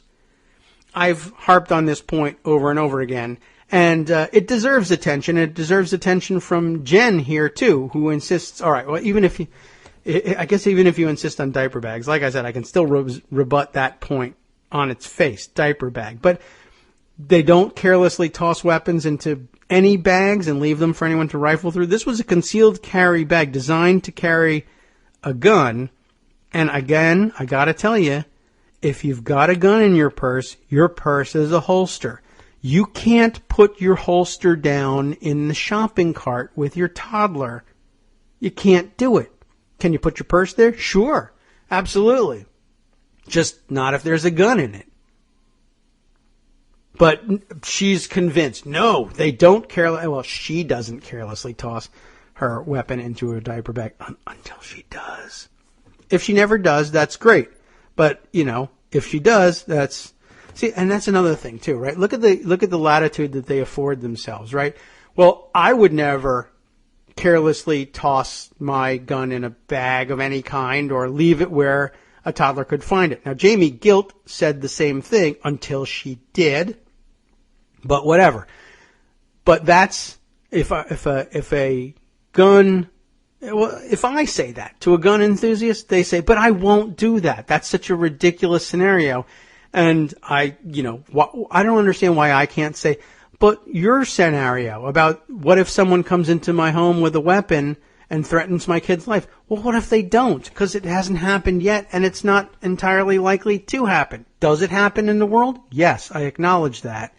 and you read newspaper stories about it all the time. So maybe it's not really the smartest position in the world to just say, well, it won't happen, so I won't even lock my door, or I won't have any other weapons around, or I won't have a weapon, but I'll keep it, I won't have a weapon that I don't keep locked in a safe, because this is an escalating series of excuses here. I mean, how many people do read that there are such things as home invasions and then arm themselves against them and then convince themselves, well, what if I'm in a different room and so I need to buy more guns and have a gun in every room? And what if the home invasion comes and I have to fumble with the lock because of the locking mechanism I'm using to keep my kids safe? Well, I don't want that. So what I really need is loaded weapons to be, I need to buy a bunch of 1911s that I can keep cocked and locked with a round in the chamber. And I need 4 per room, 1 pointed in each direction. So that, I mean, where does that end? But that's neither here nor there. I'm really more concerned about the logical, the system of logic that claims to be in operation here, that it's illegitimate to say that maybe someone isn't going to push their way into my house, and equally illegitimate to say someone might forget one day and put their bag in the wrong place or put their gun in the wrong place. I don't understand why they can't consider the flip side of any of these scenarios. And, I mean, I guess they could try and accuse me of the same thing, but I think I consider the flip side of those scenarios all the time. I understand the drive to have a weapon at home because there are scary stories out there. Somebody could, in fact, push their way into your house with a gun. In fact, Jen Jock insists that it's her right to push her way into your house with a gun. You can't tell her no. And, as Lisa pointed out on Twitter yesterday, we call that a home invasion. When somebody says, no, you can't keep me out with my gun, even though you say, no, I'm coming in and I'm doing it because gun. Well, of course, that's not Jen's claim on its face, but it does get there if you follow the logic of it. So here you are. She says it never happens. People don't put guns in bags and forget them there, except they do. If I, she says, had been going through her house, or if I had been through her house, she would never have known I was carrying, and that's the point, because she's an awesome concealed carry ninja. It's called concealed carry for a reason, and responsible gun owners know that their weapon does them no good if it's not on them. So, if it's not on you, you're not a responsible owner. And we're only talking about responsible owners. Forget the fact that there are irresponsible owners. By the millions doing this all the time. Carter continues her assault on personal protection. And remember, all she's saying is, I don't want to own a gun, and in my private residence, I don't want people bringing their guns there. That's an assault on personal protection. She continues the assault with, what I have realized is that the burden is on me to actively ask visitors not to bring guns into my home, not on a visitor having to ask permission to bring a gun onto my property where my children are. Legal or not, trained or not, at what point does the carrier of the weapon have to secure my approval before bringing it in? That's a good question on a practical level. I mean, on a theoretical level, it's always every single time.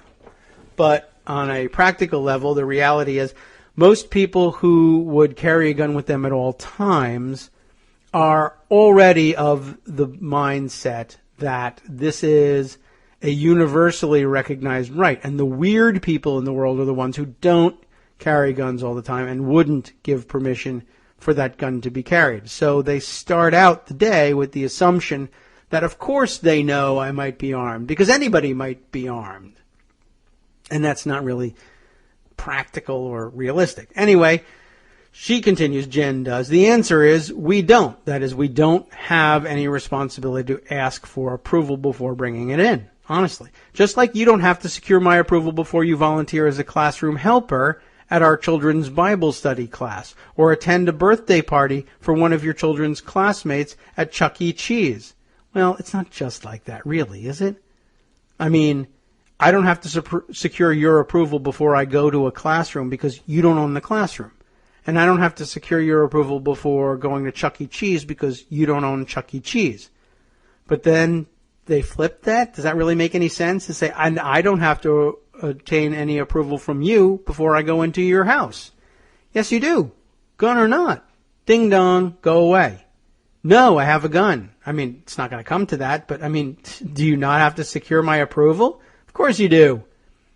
Now, when it comes to things that I carry concealed on my body, if I don't want to disclose that I'm carrying, and I think it's moral, in fact, and a moral imperative not to disclose that I'm carrying, well, that's ethically questionable, and you might get away with it if there's zero incident and I don't even notice that you are carrying. You can get away with that, but that's not the same thing as you don't have to secure my approval. If I find out, I'm going to be pissed, and I will tell you you didn't secure my approval and you'll have to leave, and you'll say, I don't have to secure your approval.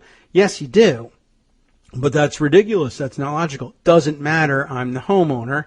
Well, I'm not leaving. Well, the police will remove you. Well, no, they won't, because they'll recognize my Second Amendment right to be here with my gun. No, they won't. They'll think you're a trespasser. That's where we are in reality, right? I mean, the fact that you don't agree with that and you won't acknowledge that means you're dangerously crazy for a number of reasons, plus armed, which is another reason why I think you're dangerously crazy, but they don't actually come from one another. You're just nuts plus armed.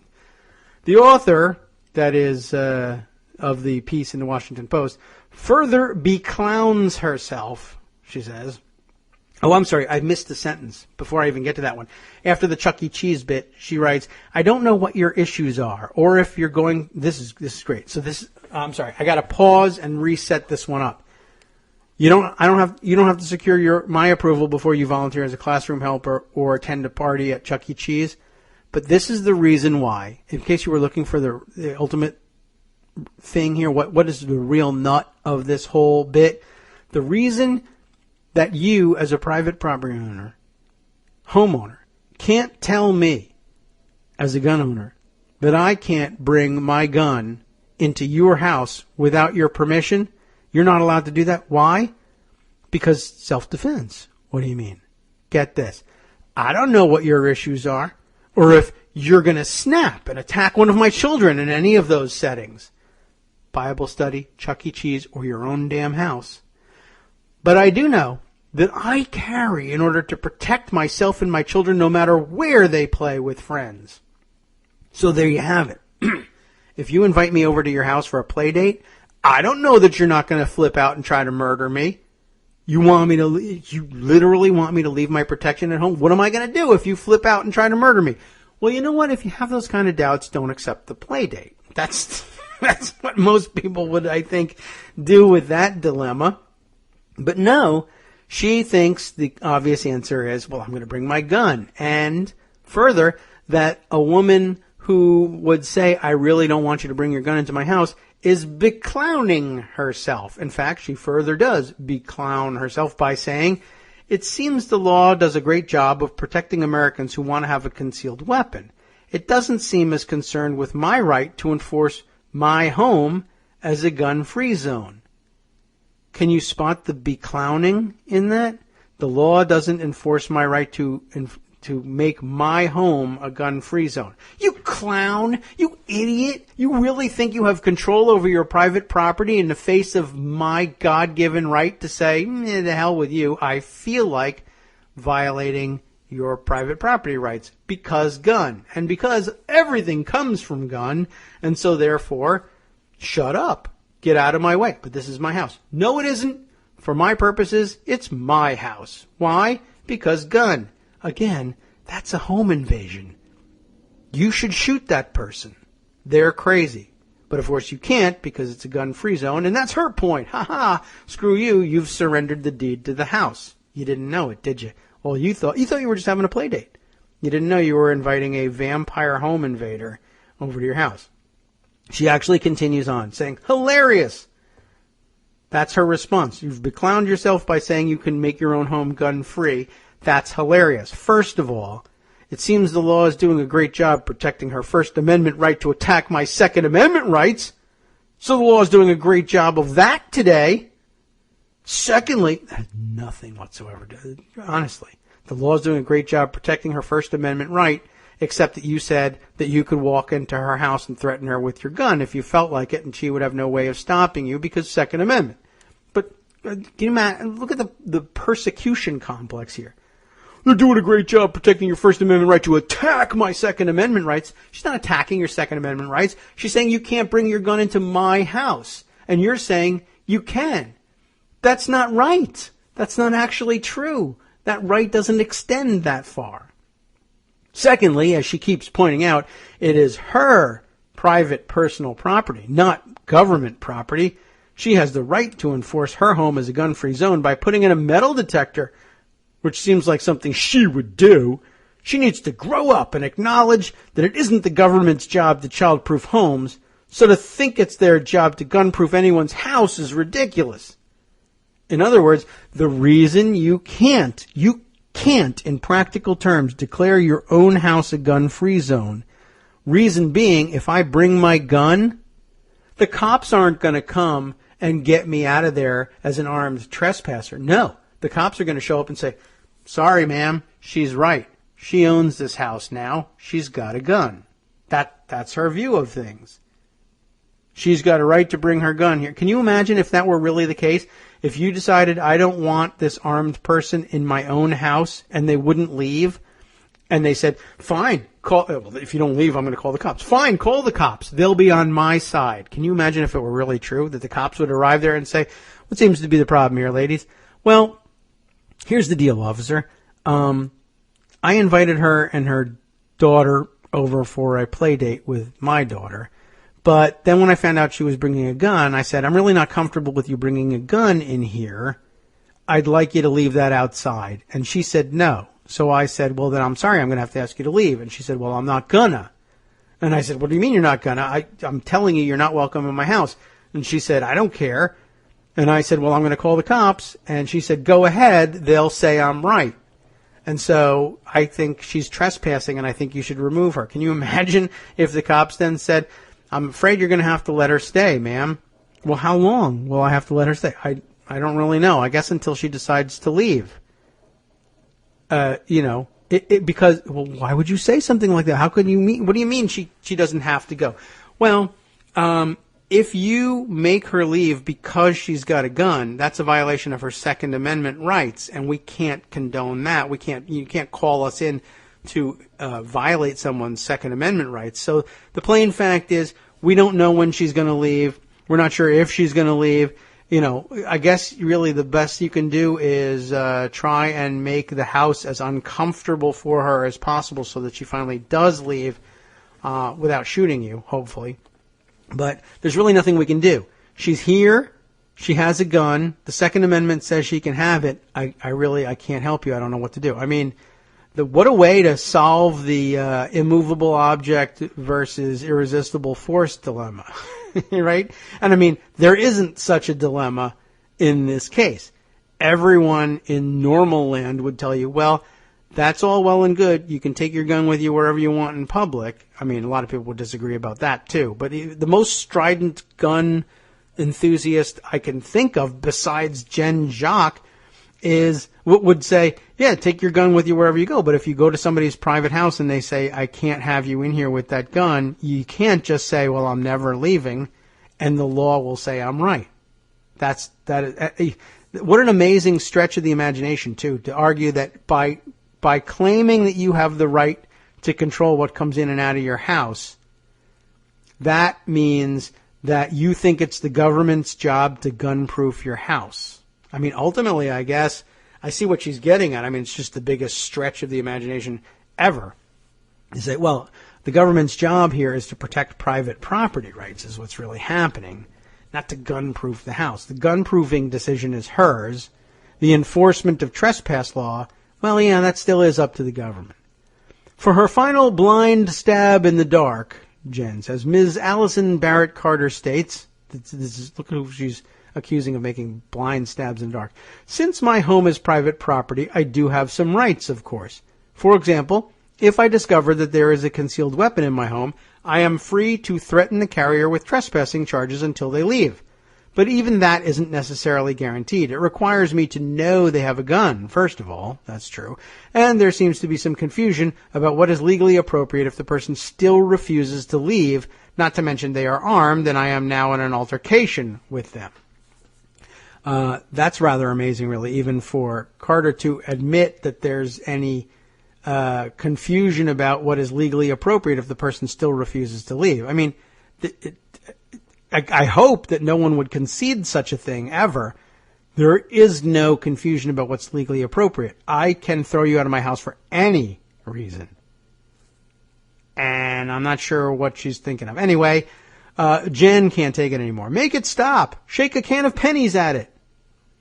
Someone asking a person to leave their home is not an altercation.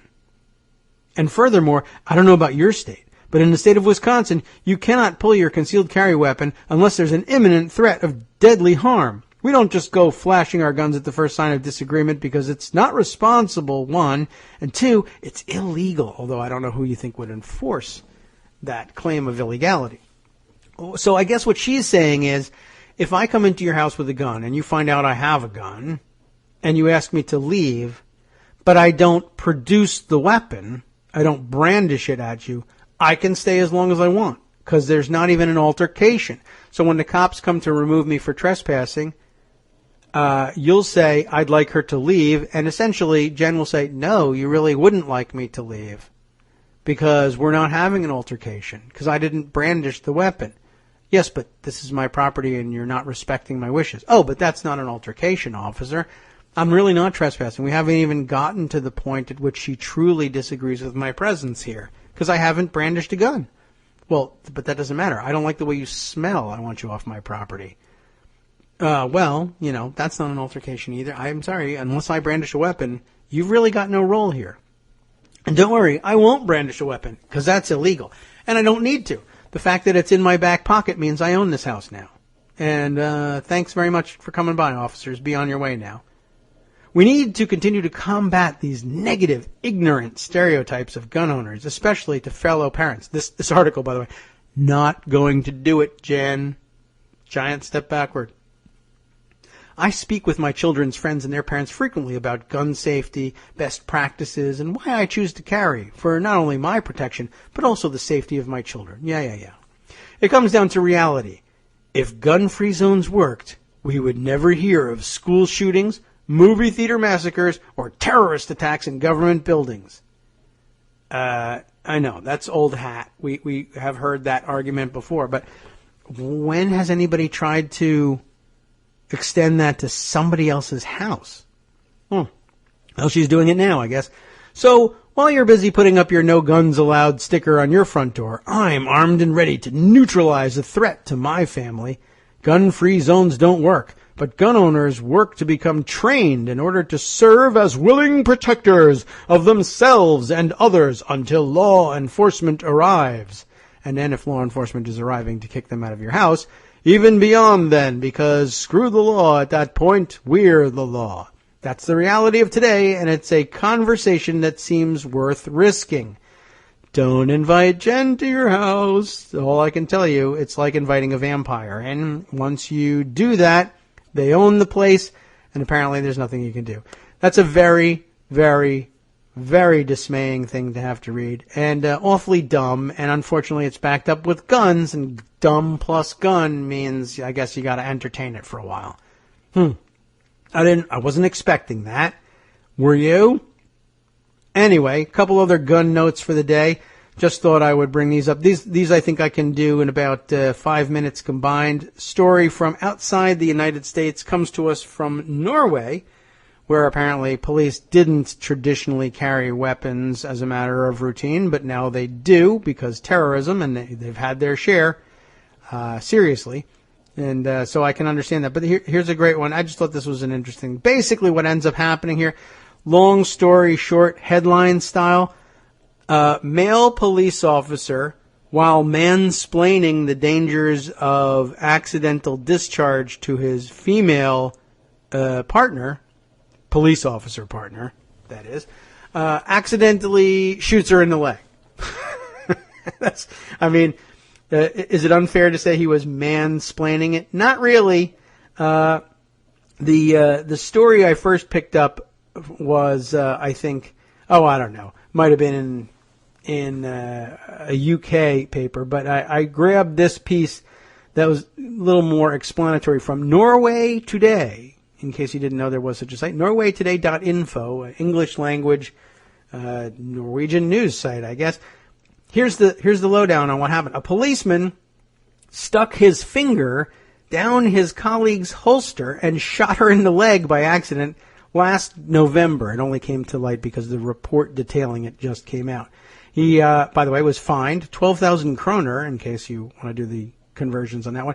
The accidental shot went off inside the sheriff's office in Namsos and Fosnes. I'm mangling the pronunciation, I'm sure. On November 20th last year, the newspaper VG writes, according to a writ by the Norwegian Bureau for the Investigation of Police Affairs in February, the policeman stuck a finger down in the gun holster his colleague carried on the hip and fired a shot when she was going to pull his hand back. He had not previously ascertained that the gun was unloaded, states the writ. It wasn't, obviously. The newspaper said, according to the Bureau, the policeman wanted to show or try something on her service pistol while it was still in the holster she carried on the hip. He got behind her, and the next thing she remembers is that it said bang. And she was lying, that's your English translation here. It said bang. And she was lying on the floor and really hurt in the right leg, according to the writ. The shot hit the female police officer below the right knee and went out of her leg 20 centimeters further down. It didn't hit any bones, but the woman has got nerve damage in her leg. Basically, he was trying to show, well, with the way you have your holster, what if somebody comes up behind you and tries to grab your gun? Or what if they try and shoot you in the leg? And I want you to know that it's possible to have an accidental discharge if something like this happens. Kablam! Oh dear, oh. Well, thanks for the mansplaining. Yeah, I think it was probably pretty obvious. She might not be the world's greatest gun expert. Neither am I, but it's fairly obvious, and I think it would have gone without saying. It certainly would have gone better without doing. But it really didn't even need to be said. Well, if someone sneaks up on you and you allow them to get that close to you and then stick their hands down into your holster, they could shoot you in the leg. Yeah, I know that, but that's why I wouldn't allow that to happen. But see, you just did allow it to happen. Well, I know that's because you're a police officer and I know you, and you prefaced it by saying you were trying to demonstrate this thing. But then I thought to myself, this is not a good idea having you demonstrate this. And I went to move your hand away, but it was too late. You shot me in the leg. Yeah, but what if a stranger comes up to you and says, I can mansplain to you the dangers of accidental shooting? And they did. See, that could happen. It wouldn't necessarily have to be me. Yeah, but I would say thank you, no, and I would cover my gun and say, get the hell out of here.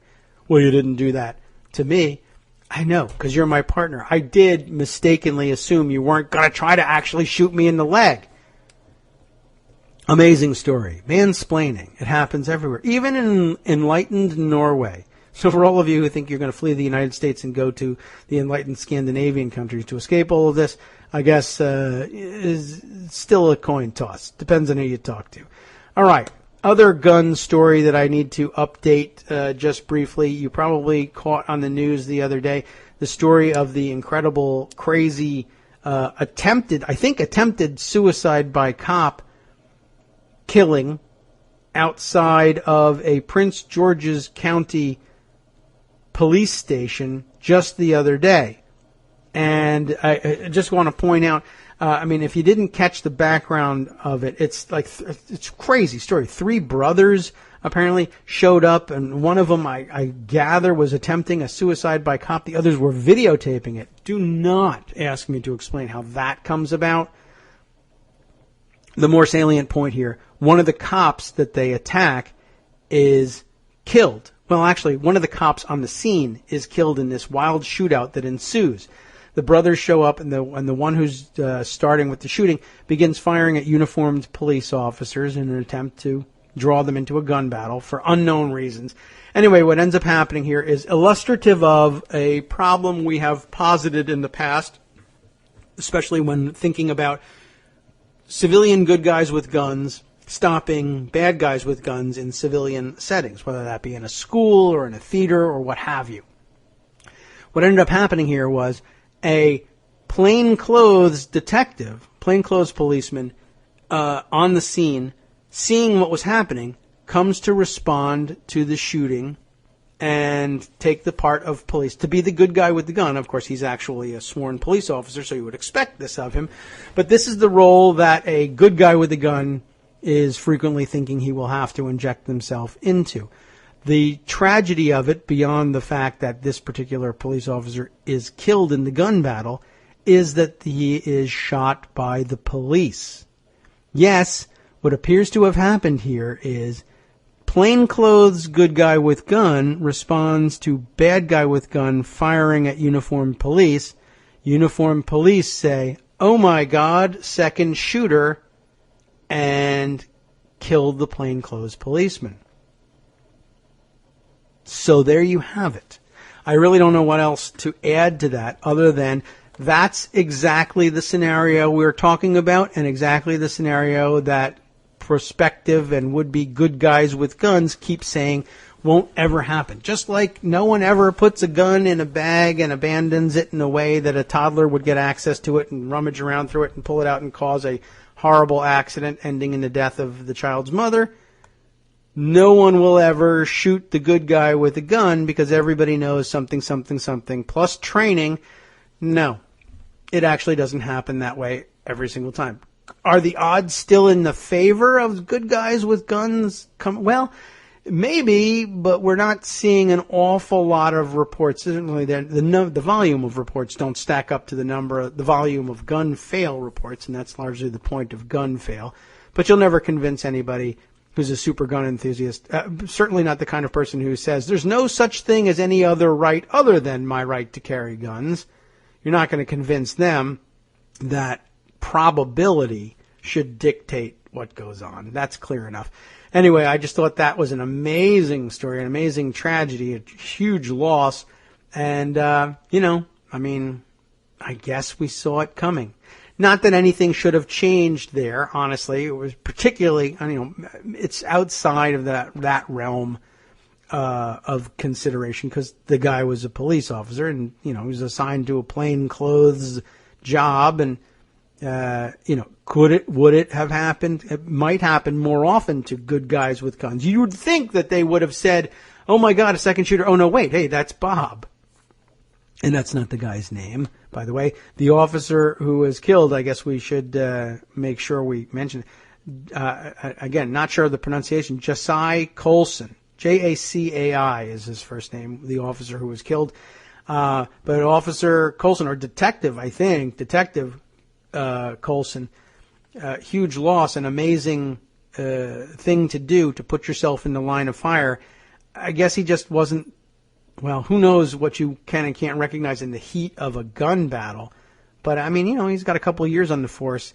I'm surprised, and I guess depending on the angle of his approach, who knows whether he was coming from the parking lot or whatever, but you like to think that the officers would recognize one another, but I guess that's just not always going to be possible, especially in the heat of battle. That's sad, but I guess pretty realistic. Okay, well, I thought I would note that. Other things that I think probably deserve some mention in the last few minutes of the show. We'll see whether we can get to it. Let's put this marker down. Tomorrow we need to get back to discussion of convention mechanics, superdelegate status, etc., because as the path to the nomination narrows, let's say, for Bernie Sanders because of the math, he's now exploring, not unlike Ted Cruz, and I don't mean to compare the two of them, but they're both doing legitimate things here. They both want to win the nomination, and they are interested in, well, what alternatives have I got? They're both exploring how to work within the rules, including how to use the rules to break free of the rules and work outside the rules. So some very interesting writing in the last couple of days. It's all long shot stuff, and I'm not too concerned about it, but I would like to spend some time tomorrow, let's say, examining what sorts of things could Bernie Sanders do as long shots to either change the outcome or slow things down. Politico writes about Bernie Sanders' long shot victory strategy and The U.S. News and World Report has a piece called Bernie's Establishment Hail Mary. Yes, he's going to make, it says, and I don't know whether his campaign confirms it or not, and we'll find out as we read the articles. It says that he's interested in, and why not, making a bid for the support of superdelegates at the convention, having long suffered with the possibility that superdelegates might vote for Hillary Clinton in contravention to the expressed will of the majority of Democratic primary voters. He now flips the script and says, well, maybe they will come out for me instead. And I say this, yeah, I don't see why not. I mean, you're a senator. You could talk to your colleagues and see if they would change their minds and come out for you. You will have some difficulty, I think, convincing them of the wisdom of doing so, given that, the fact that she's got a tremendous delegate lead is indicative of the fact that more people have cast votes for her than for Bernie Sanders. But, that's not necessarily the end-all, be-all. And he certainly has every right to make this pitch, and there's nothing rule-breaking about it. But I think they went into some extra detail, and I think there's been some indication that they're also thinking of legal strategies that they might pursue. And I don't know how much credence I want to give those, and I don't know how much credence you should give those as an official position of the Bernie Sanders campaign. I'd have to see them say, yes, we're thinking of doing this. But it's out there as a possibility, something like not unlike a nuclear option style approach to all this. What if we sued, as we did in one of the states, to get 17-year-olds the right to vote? And that's not even a bad call, by the way. It was just bold and a little bit unprecedented, but a good one. But what if we sued to say, hey, these rules about binding delegates and forcing them to vote at convention as pledged delegates to anyone, for that matter, me or Hillary Clinton. What is all this stuff anyway? Why are we forcing anybody to do anything? Don't we want to let democracy work its will? Why can't I convince them at convention to abandon their pledge and vote for me instead? And I don't know. I mean, I don't know how good it is for the Democratic Party, but I don't know whether that's really your first concern or not. Anyway, a real interesting avenue of inquiry that we should take a look at tomorrow as we examine it more thoroughly. That, and of course, any number of other crazy stories which might make their way into a Good Friday mix. Not Good Friday, because it's not Good Friday tomorrow, and you know the story of that. Anyway, time for me to hand the microphones over to the guys over at the After Show. Let me tell you a little bit about what they've got coming up for you. If it's Thursday, and it is, on the After Show with Wink and Justice, then thank God it's Giovedì, because that's what they call it, because it's Italian, even though it's St. Patrick's Day. What's Patrick in Italian? I don't know. Anyway, what are they talking about? Less than 2 weeks after the assassination of environmentalist Berta Cáceres, another leader of her organization, killed in Honduras, mysteriously, convincing a European Development Bank to stop financing a controversial dam project. Is that what's going on here? Very interesting. I'm glad that they're going to be keeping an eye on that one. Pope Francis will replace the Vatican ambassador. Ooh, I love this story. Isn't this interesting? He's going to replace the Vatican ambassador to the United States, who arranged the meeting with anti-gay Kentucky clerk Kim Davis. Some accountability at last. And the San Francisco Asian Art Museum secures a major collection of works by Zen masters from the Edo period. That would be on our calendar, 1615 through 1868. How esoteric. On the last half, a report on 5 myths about what you should or should not eat, and Monsanto suffers a setback as Senate Republicans failed to block from Daily Kos Radio various states' GMO labeling law. You have been listening to the Kagro in the Morning Show with David Waldman. So do stay tuned for the After Show with Wink and Justice, an esoteric collection to be sure. Thank God they cover all the stories we don't get to. By the way, check out the Morning Post today. I think I rigged up a way to do the PayPal monthly subscription option, sort of jury rigged. Do check it out. I'll be back to talk to you about it tomorrow.